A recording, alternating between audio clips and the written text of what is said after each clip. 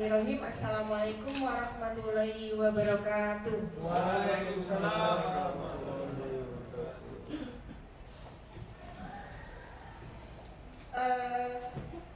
Semangat pagi. Pagi, luar biasa. Jadi izinkanlah saya berdiri di hadapan Bapak Ibu semua. Jadi hampir dari bulan Agustus 2022 saya mengikuti program guru penggerak, dan modul ada beberapa, ternyata itu pelatihannya itu selama 9 bulan dan itu online. Jadi setiap hari, setiap minggu itu pasti ada tugas. Dan kemarin saya hanya bercerita, kemarin saya sampai di sini tuh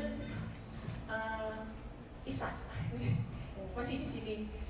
Dan ini adalah yang ingin saya sampaikan kepada Bapak Ibu semua, adalah ini istilahnya diseminasi. Jadi modul yang saya pelajari itu ada 3. Ini saya sampai ke modul 1.4. Jadi modul 1 itu ada 4 bab, dan ini yang dinamakan adalah budaya positif.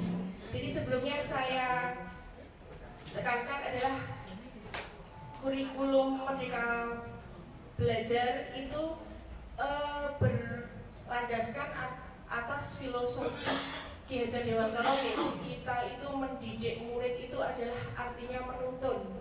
Jadi menuntun kepada anak sesuai dengan kodratnya, yaitu kodrat zaman dan kodrat alam. Di mana kodrat zaman itu adalah anak-anak sekarang berada di era milenial. Jadi kita itu harus juga paling tidak gagap teknologi, paling tidak kita bisa mengikuti perkembangan anak. Kemudian kodrat alam, yaitu anak itu tumbuh di sekitar, jadi di alam sekitar kita di Kota Magelang itu dengan budayanya yang kita dekat dengan Akmil, yang berarti mungkin keamanan, ya berarti adalah keamanan kota kita itu terjamin. Kemudian kita dekat dengan Gunung Tidar, di mana di sana ada budaya atau unsur keagamaan yang kental. Jadi anak-anak dibiarkan untuk tumbuh sesuai kodratnya, dan kita tuh hanya menuntun. Jadi kalau ada istilah anak itu adalah selembar kertas kosong, itu salah. Jadi anak itu adalah sudah ada tulisannya. Jadi selembar kertas yang ada tulisannya namun samar-samar. Dan tugas kita sebagai guru adalah menebalkan dan memberikan hal-hal yang positif. Yang kita tebalkan itu adalah hal-hal positif, sehingga hal-hal yang negatif yang ada pada anak itu bisa hilang atau bisa tersamarkan. Yang tebal adalah hal-hal yang positif. Dan yang akan saya sampaikan adalah tentang budaya positif. Budaya itu dalam arti sebenarnya kalau kita lihat adalah hanya kebudayaan itu berarti seni, tidak hanya seni, tapi budaya itu adalah kebiasaan-kebiasaan yang akan akhirnya menjadi suatu keyakinan. Jadi suatu hal yang biasa kita lakukan, suatu hal yang bisa menjadi budaya, dan budaya yang kita tekankan adalah budaya positif. Jadi Bapak Ibu guru, saya perkenankan saya untuk memaparkan. Jadi guru itu di sana diibaratkan adalah sebagai seorang petani yang punya peranan penting untuk mengolah tanahnya atau sawahnya menjadi yang tanaman yang ditanaminya tumbuh subur, dan memastikan bahwa tanah tempat tumbuhnya itu adalah tanah yang cocok buat ditanami tanamannya. Jadi diibaratkan bahwa di sana Bapak Ibu guru bisa membaca bahwa dari filosofi Ki Hajar Dewantara, yaitu kita ambil contoh perbandingannya dengan hidup tumbuh-tumbuhan seorang petani, yang dalam hakikatnya adalah kewajiban seorang pendidik atau guru, yaitu menanam padi.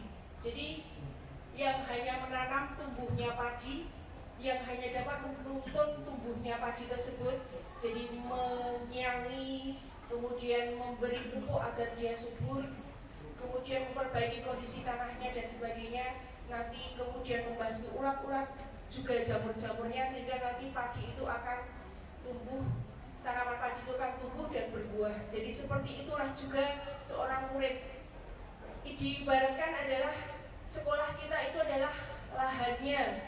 Jadi kita sebagai guru itu dan murid-murid kita itu adalah tanamannya. Jadi bagaimana kita memelihara murid-murid, memelihara tanaman-tanaman kita, memupuknya setiap hari dengan hal-hal yang positif, dengan karakter-karakter yang baik, memberinya ilmu, tidak hanya dengan hanya ilmu saja, tapi juga memupuk karakter-karakternya sehingga nanti di depannya anak-anak itu bisa menjadi manusia yang bisa berdiri sendiri, kemudian dia sesuai kodratnya dia sebagai manusia yang bisa menjalankan kehidupannya secara merdeka sebagai manusia dan sebagai anggota masyarakat. Jadi seperti itu. Nah, kenapa ditanamkan budaya positif? Karena di sekolah itu diibaratkan adalah tempat bercocok tanamnya. Kemudian di mana diharapkan karakter murid kita itu adalah tumbuh dengan baik. Contohnya tadinya anak yang tidak semangat atau malas, kebalikannya dia menjadi semangat. Jadi kalau pernah saya mendengarkan pendapat senior saya itu, jadi kalau sekolah itu adalah beli lingkungan. Jadi sekolah itu kok beli lingkungan gimana? Jadi lingkungannya yang membuat sekolah mahal itu adalah lingkungannya. Jadi lingkungan yang baik itu akan membuat murid itu berubah menjadi baik juga. Jadi mungkin seperti misalnya teman di sekelasnya semuanya kalau pagi rajin, kalau misalnya ada pelajaran memperhatikan guru, lingkungan sekolah, lingkungan kelas itu tercipta dengan baik. Lama-kelamaan seseorang yang tadinya misalnya dia ingin berisik itu melihat kondisi teman-temannya yang tenang itu seperti itu kan, jadi dia terbawa ke hal-hal yang baik. Nah kemudian jadi dalam suatu pembelajaran atau seperti kita sendiri kalau kita bekerja dalam setiap harinya merasakan tekanan-tekanan dari lingkungan, maka proses pekerjaan kita itu tidak akan berjalan dengan baik dan mungkin hal-hal yang tidak kita harapkan malah yang terjadi.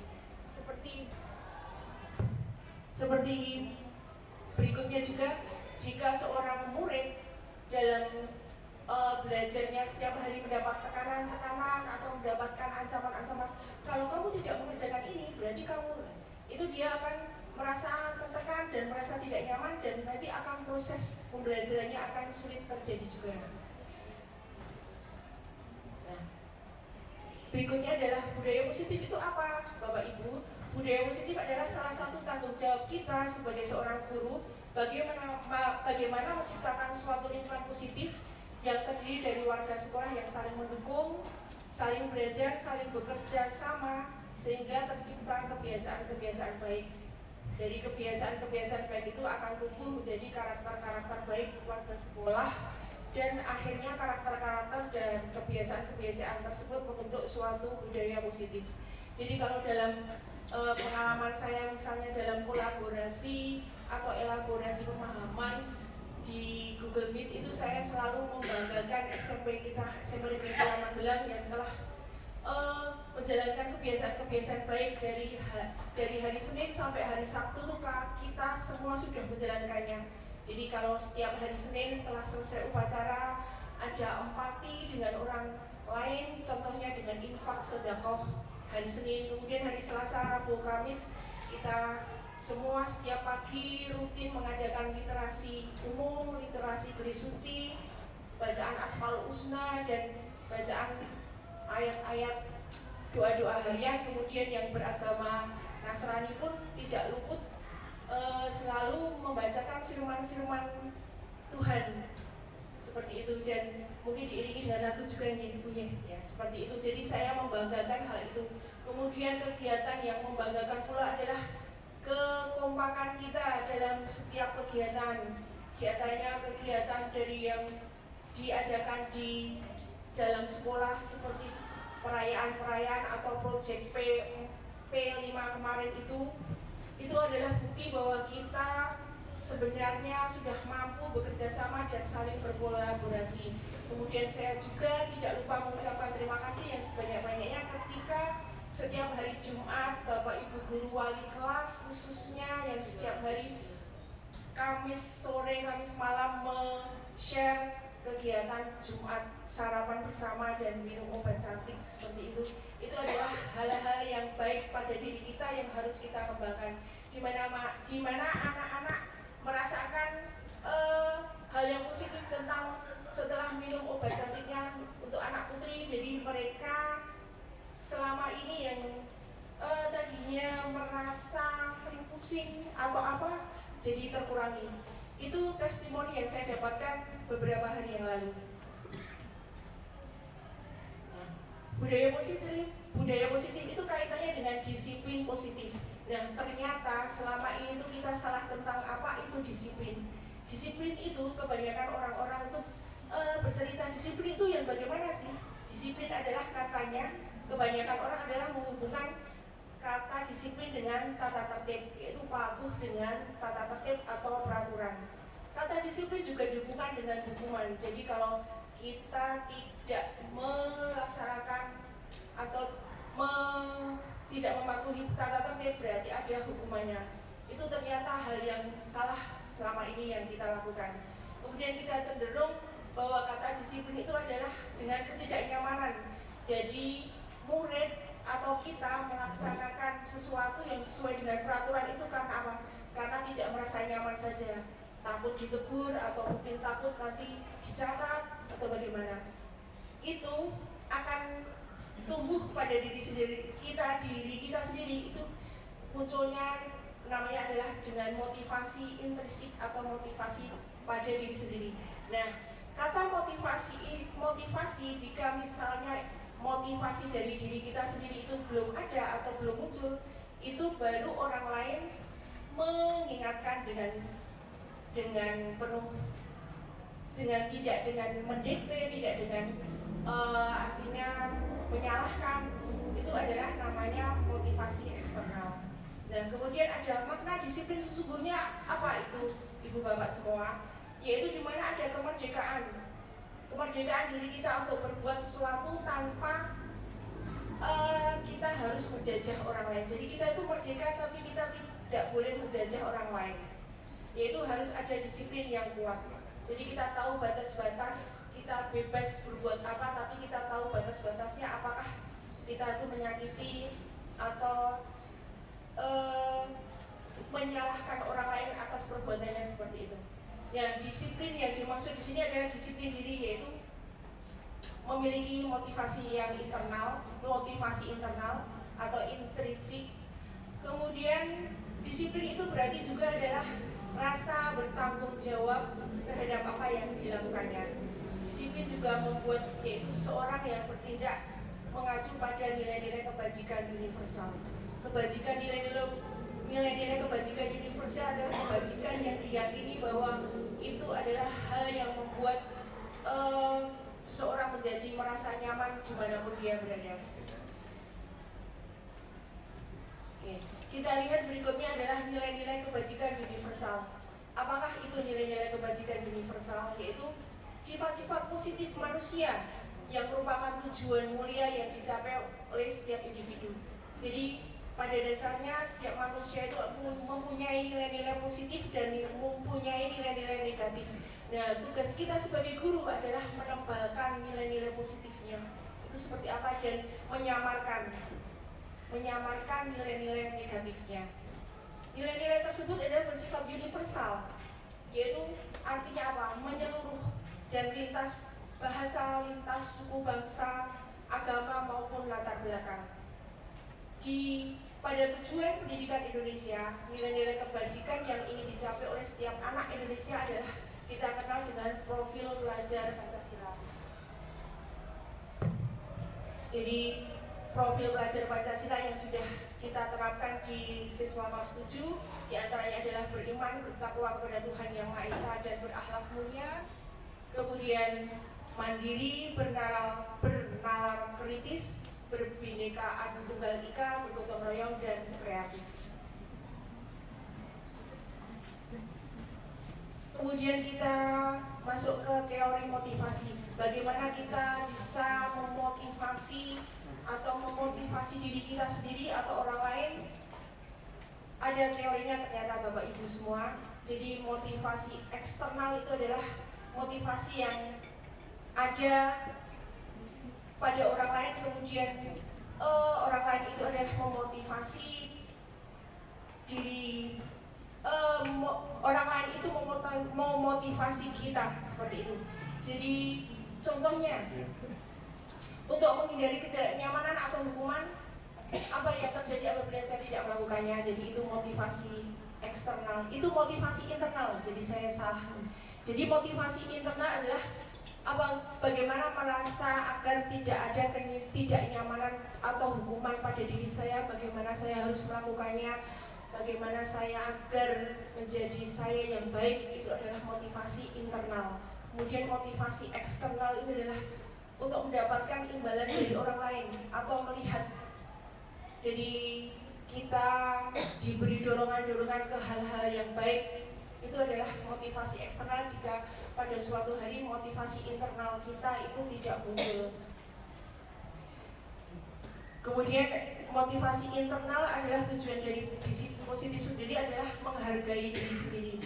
Apakah kita sudah menghargai diri kita sendiri atau jadi menghargai diri sendiri itu bagaimana Ibu Bapak? Jadi menghargai diri sendiri itu adalah apakah kita sudah melakukan diri kita sendiri sebagaimana baiknya? Apakah kita selalu menyalahkan diri kita sendiri? Itu berarti kita belum menghargai diri kita sendiri. Jadi kita harus memotivasi apapun yang terjadi. Seperti kalau pelatihan seperti ini setiap hari Jumat, ini kita ambil sisi positifnya.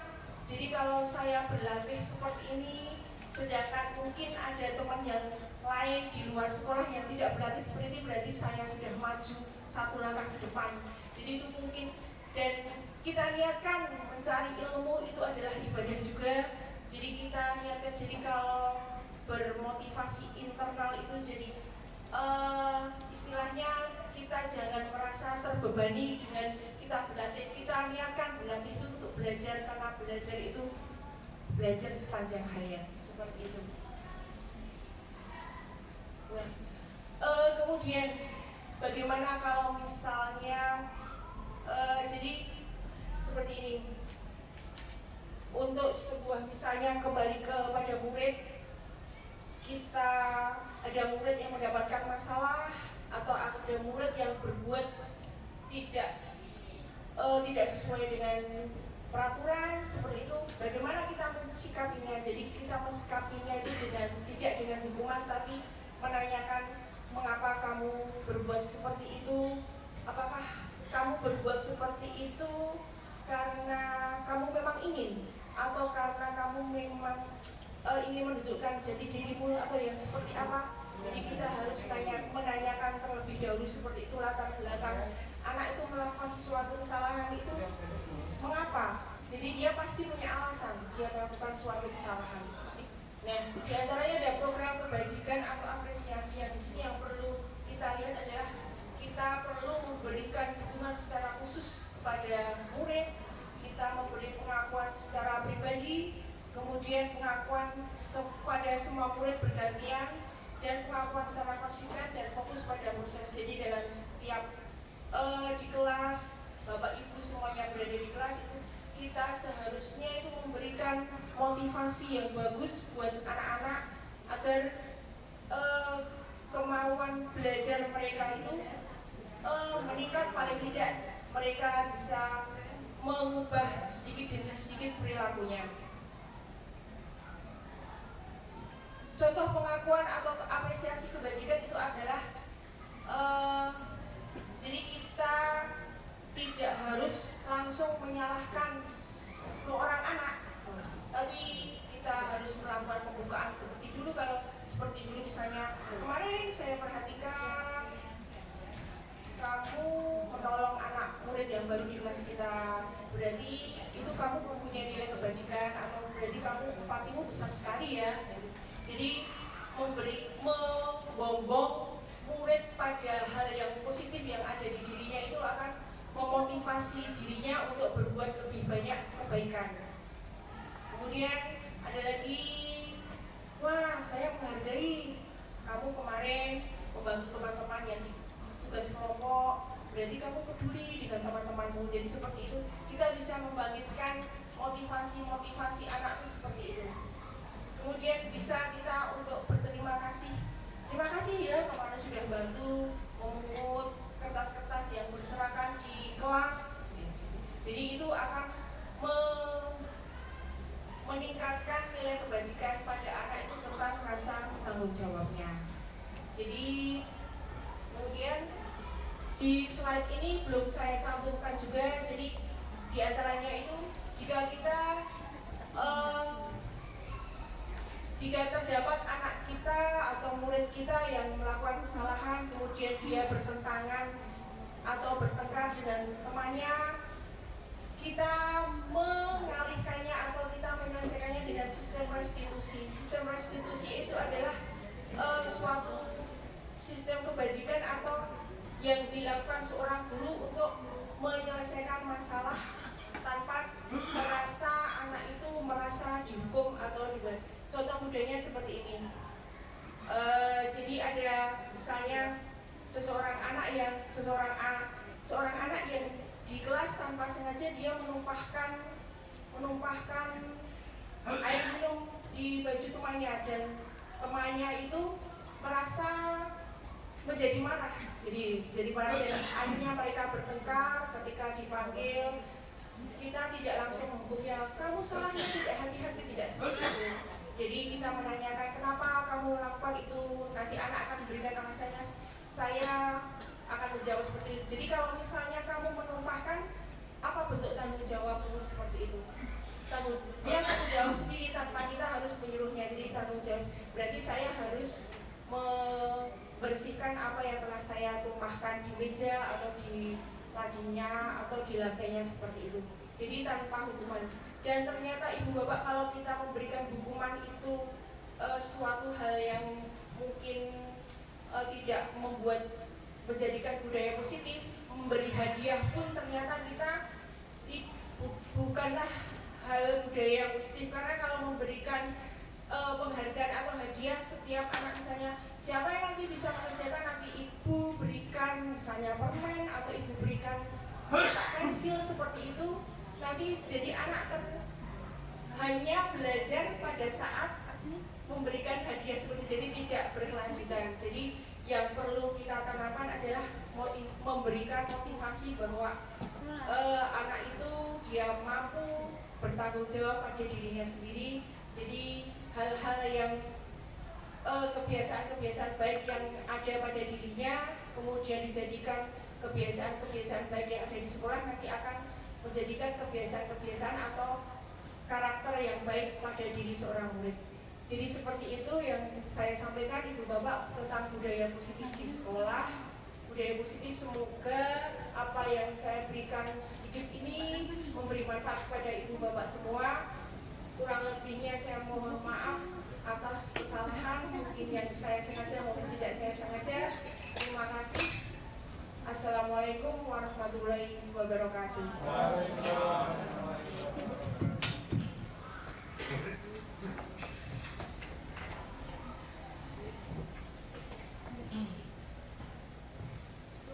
Kita beri aplaus dulu untuk Bu Sis.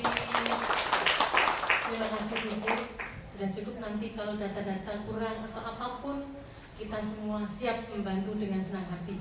Oke? Gak usah sungkan-sungkan. WA saja nanti, anytime. Oke, demikian Ibu Bapak, diseminasi. Sebenarnya baik sekali ya, kalau ada yang habis diklat, kita diseminasi 10 menit sampai 15 menit, sehingga ilmu yang dapatkan sedikit tadi bermanfaat bagi banyak orang. Ini saya nyambi 2 jimit. Ini angkatan 6 nasional sama guru penggerak di ruang kolaborasi. Ada 2, nggak apa-apa, saya sudah izin tadi. Dan di sini PMM juga. Jadi ada, memang harus dibagi-bagi. Semuanya yang penting bisa jalan. Nggak apa-apa. dan ini harus dilalui, harus dilakukan dengan senang hati, tidak boleh mengeluh. Nah, baik Bu Bapak, kita pastikan kembali lagi ke SIP Cemerlang ya. Ke SIP Cemerlang. Pak Dar nanti mohon, dan teman-teman Pak Fakih ada nggak? Pak Fakih. Terus teman-teman yang kemarin ikut pelatihan, kita pastikan semua guru masuk dulu aja. 10 menit 15 menit. Okay. Dan ini sudah dibuatkan kemarin kolaborasi dari teman-teman semuanya. Kita sudah tertata rapi nih. Monggo dipastikan semua bisa login di SIP Cemerlang. Masuk aja. Hari ini jadwalnya masuk aja sama lihat-lihat sebentar. Yuk, semua wajib masuk dan saya harus lihat. Saya harus lihat satu persatu di handphone bahwa Bapak Ibu sudah masuk. Nggak sampai 1 menit saya putar nanti. Oke. Di laptop atau handphone. Oke. Saya hanya pengen pastikan itu saja. Ini saya pindahkan di SMP 3, sudah mutasi. Dan Bapak Ibu bisa meresani isinya SMP 3 sudah lengkap. Dalam waktu 2 hari, monggo nanti dicek apakah sesuai dengan wali kelasnya 9, 7, 8 siswanya, apakah jumlahnya sudah sama. Kalau sudah siap ready, nanti akan dibagikan akun siswa ke semua wali kelas. Dan tolong jangan di-share hudungan, tapi nanti di-print, digunting-gunting, akunnya kasihkan satu persatu. Kenapa Bapak Ibu? Karena nanti kalau anak yang lain tahu, bisa masuk, bisa ngerjakan, bisa saarpe dhewe. Nah, dan itu terjadi Bapak Ibu. Makanya kadang nyon sewu banget. Wali kelas yang mungkin nggak mau repot, itu langsung file digelundungke, di share di grup WA, di foto share, udah milio diri. Nah, itu padahal itu akun itu rahasia pribadi, tidak semua orang boleh masuk. Kalau masuk nanti diedit-edit, diganti-ganti, ngerjakan raton, hasilnya jelek. Nah, kasihan. Kita tidak negatif thinking, tapi kita berhati-hati karena sudah ada kasus seperti itu. Di sini kelas 7, sini ada kelas 7 adminnya Mas Fakih. Kelas 7 Mas Fakih, kelas 8 Bu Endah, kelas 9 Pak Dar, matur nuwun. Terus Mas Dani juga backup semuanya nanti. Terus teman-teman yang lain juga backup semuanya. Maka semuanya akan bisa terintegrasi dengan baik, dapat saling melengkapi di sini. Nanti ini sudah saya buatkan kemarin dalam waktu 1 hari, nggak sampai 3 jam selesai, dibantu Pak Dar sama Mas Dani untuk siswanya. Kemudian ini Mas Dani, ini sudah disesuaikan belum? Sudah Bu. Ini upacaranya kok nggak ditulis di sini? Memang nggak ada karena dikhawatirkan kalau ikut upacara nanti jamnya pada saat pembelajaran itu tidak tahu. Jadi tadi saya moderasi dengan Pak Dar untuk upacara dilakukan dan tetap ikuti jam pertama pelajarannya. Oh gitu nih. Oke, kita sesuaikan aja. Ini tadi sudah dibantu Mas Dani untuk mengkondisikan sesuai dengan jam mengajar di sekolah kita. Jadi kemarin Pak Popo itu menyarankan mulai PAS pakai SIP Cemerlang di sini. Saya nyuwun sewu nggih. Saya belum ada seminggu. Jadi kita buat nyaman dulu dalam arti begini. Saya datang langsung SIP Cemerlang itu kok kayaknya dipaksakan, tergopoh-gopoh nanti dan tidak nyaman. Maka saya matur dengan ya mohon pengertian Bapak Popo bahwa untuk PAS tahun ini kami belum bisa. Dalam arti apa? Siswanya belum masuk semua, gurunya juga belum dicek, masuk langsung. Betul-betul tidak bisa seperti itu. Segala sesuatu ada rencana dan prosesnya. Saya sudah matur dan alhamdulillah ya wis mulai Januari langsung action ulang harian. Oke, siap. PMM juga sudah saya mulai.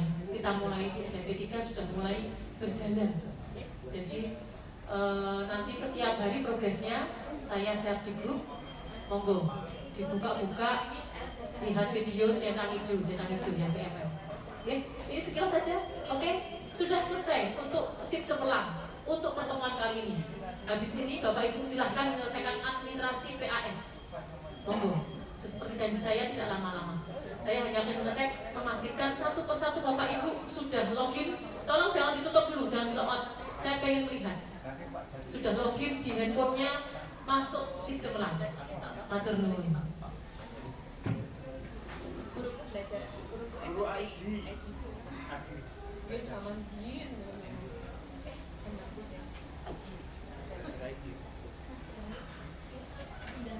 Baik, menambahkan Bapak Ibu. Jadi yang Bapak Ibu dulu pernah mendaftar itu kan karena dulu mungkin belum punya akun belajar kan biasanya pakai akun biasa nih. Nah itu nanti kalau mau diganti akun belajar langsung ke Buani nih. Ya karena yang bisa ngubah hanya admin kota. Jadi nanti kalau misalnya emailnya kok belum akun belajar emailnya, nanti ngubungin Buani untuk diubah ke akun belajar. Yang kedua, kalau Bapak Ibu mungkin belum bisa masuk, boleh jadikan password lupa. Nah, nanti silakan bisa hubungi saya, Mas Wakil atau Mbak Bu Enda untuk meminta reset password. Oke, reset password. Nanti kita kasih link, Bapak Ibu buat password baru nanti baru bisa masuk. Begitu. Monggo misalnya Bapak Ibu kok lupa password atau kok nggak bisa masuk, Japri mawon, Pak saya diresetkan password. Langsung kita reset password, kita kirim lewat WA. Ngoten nggih? Itu tambahin.